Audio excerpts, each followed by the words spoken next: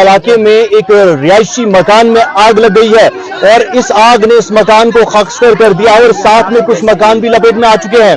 मरम्मत से नईम वानी साहब हमारे साथ जुड़े हैं और ये खबर देंगे कि क्या सूरत हाल उस इलाके में है, क्योंकि खौफ आरास का माहौल छाया है, इस तरीके की खबर आ रही है। तो नईम जी, क्या कुछ सूरत हाल है? मकान में आग लगी है। जी बिल्कुल सही बात है। जिला डोडा की तहसील मरमत के बाड़ी रछो ये मकाम है जहाँ पर ये हौलनाक आग की वारदात पेश आई है। 1 घंटा पहले की बात है और मरहूम अब्दुल लतीफ नामी एक शख्स जिनके मकान में ये आग लगी है, 3 बेटे उनके हैं, जाफर, खालिद और अशफाक, उनका ये मकान है और शायद ये जहाँ तक से मालूमात हासिल हुई है पेशे से मजदूर है जी। और ये जो ही आग की वारदात सामने आती है, खबर निकलकर सामने आती है, मेरी तुरंत बात डीसी डोडा के अलावा फायर टेंडर से हुई, तहसीलदार मरमत से भी हुई, पुलिस से भी हुई। तमाम इंतजाम से मेरी बात होने के बाद जब डीसी डोडा से मेरी बात हुई, उन्होंने कहा कि हमने फायर टेंडर दस्ती निकाल दी है। जो ही उन तक ये बात पहुंची, उन्होंने फायर टेंडर उसी वक्त निकाल दिए, 2 गाड़ियां।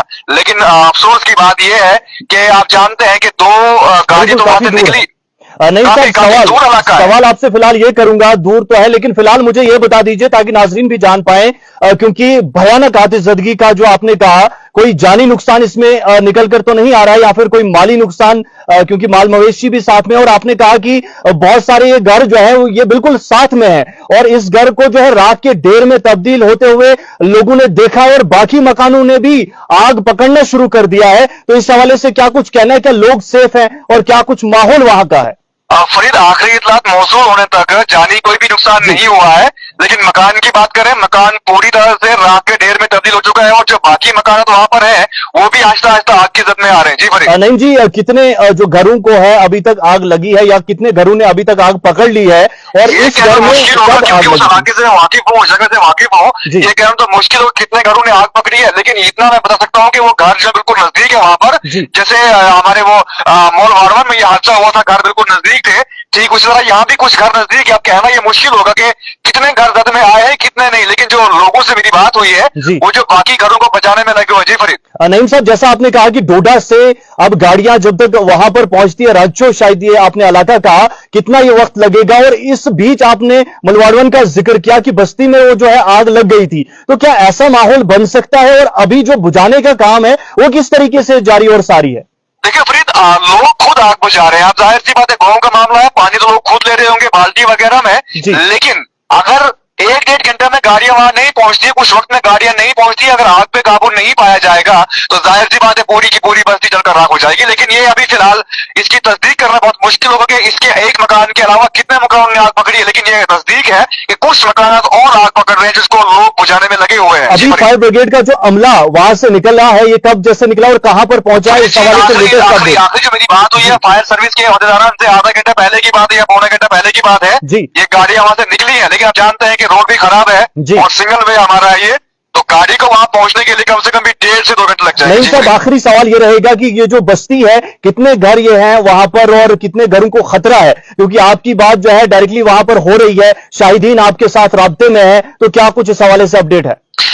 घरों की जो संख्या है ये बताना मुश्किल होगा कि कितने घर वहां पर है, लेकिन ये मैंने आपको पहले तस्दीक दी इस बात की कि एक घर जो है वो 2 मंजिला मकान है, वो जलकर राख हो चुका है, बाकी जो मकान थे वो आग पकड़ चुके हैं। लेकिन एक बात मैं आपको यहाँ पर बड़े वाज़ेह तौर पर बता दूं कि पहले भी ऐसे वाक़ात इलाका मरमत में हुए हैं और बहुत बार गवार लगाई गई है इंतजामिया से, चाहे वो फायर टेंडर हो या जिला इंतजामिया हो, कि वहां पर फायर सर्विस जो होनी चाहिए। लेकिन न जाने ये इंतजामिया गहरी नींद क्यों सोई होती है, आखिरकार उसी वक्त ये लोग जागते हैं जब किसी न किसी का कहीं हादसा हो जाता है। आप बताइए, उस शख्स का ये मकान है, चाहे वो गरीब होगा अमीर होगा, लेकिन एक शख्स जब मकान बनाता है अपनी जिंदगी की पूरी जमा पूंजी वो लगा देता है, तो जाहिर सी बात है इस वक्त उनका मकान जला है, जो जराये से इतलात मौसूल हुई है, वो शख्स गरीब है। बहरहाल उनके जो वालिद है जाफर, खालिद और अशफाक, उनके वालिद मरहूम जो अब्दुल लतीफ, उनकी तो मौत हो चुकी है, अब उनका मकान जलकर खाकस्तर हुआ है।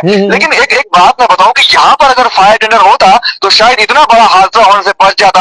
और तहसीलदार मरमत से मेरी बात हुई, वो भी वहां पर जा रहे हैं। लेकिन मुझे बताइए, चाहे पुलिस हो, चाहे तहसीलदार हो, चाहे डीसी साहब खुद हो या कोई और हो, वहां जाकर करना क्या है? आप मुझे बोलिए, 1 घंटा पहले वहां पर आग लगी और 1 घंटे में एक मकान जलकर खाकिस्तान हो गया। अब 2 घंटे बाद वहां गाड़ियां पहुंचेगी, ऐसा नहीं है गाड़ियां नहीं आई है, मेरा राब्ता होने के तुरंत बाद गाड़ियां वहां से निकल चुकी है। लेकिन 2 घंटे में गाड़ियां वहां पहुंची, अगर 1 घंटे में एक मकान या बाकी लपेट में आए हैं, तब तक वहां पर मुझे जो लगता है, ये मेरी जो कयास आ रही है कि वहां पर पूरी की पूरी बस्ती या वो जो जगह है, 3-4 मकान जो इकट्ठे होंगे वो भी जल सकते हैं। जी फरीद। परवरदिगार रहम फरमाए।